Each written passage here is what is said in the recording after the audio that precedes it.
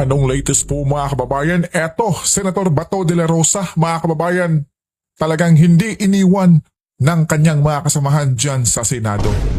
Lalong-lalo na itong si Senator Bongo at sila Robin Padilla, mga kababayan, no? Amy Marcos, Joel Villanueva, Senator Marcoleta at iba pa mga kababayan. At eto, pakinggan natin yung mensahe dito ni Senator Bato de la Rosa, mga kababayan. Mga kababayan ko, huwag natin pabayaan Senator Bato. Mga kababayan Yes ko, po. trust in God. Kaya po, To trust in the Lord our God. 30,000 po ang nanonood sa atin, ha? 30,000. Naku po. Ngayon, ang nanonood sa atin, mga kababayan natin, andito po ang ating bayani ngayon. Tama. Aarestuhin ako. May warrant of arrest daw si Trillanes na hawak.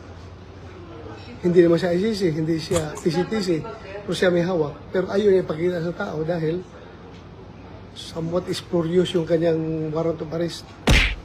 Wala klaro, hindi klaro. Correct. Hindi klaro yung kanyang warrant. Wala daw case number. Meron doon is lang yung situation number lang. Ko po mga kababayan, tila ba yung budol na naman itong pinagagawa ni Trillanes, kabayan? Nag-a-stop pa naman itong sheriff ng ICC. Iyak yun. No, hug me, hug your mama. I love you. Happy Mother's Day, mama. I love you. Mag-isa tayo? Maya konti. Thank you sa video. Thank you po. Thank you sa voice over mo, ano. You're welcome. Is it true? Yes po. You love me talaga. Yes. And you're thankful.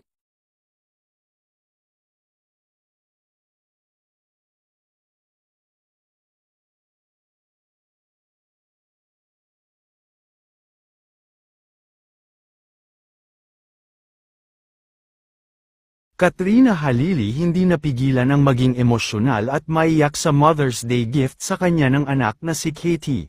Mula sa official Facebook page ng aktres at celebrity mom na si Katrina Halili ay proud na nitong ibinahagi sa publiko ang gift sa kanya ng anak na si Katie nitong nagdaang Mother's Day.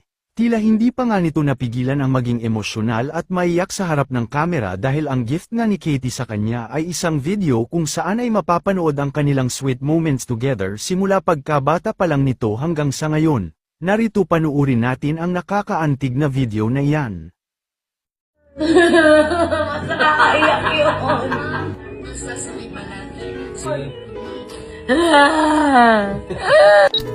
Hi, Mama. Maraming salamat po sa lahat ng pag-aalaga at pagmamahal mo sa aking araw-araw.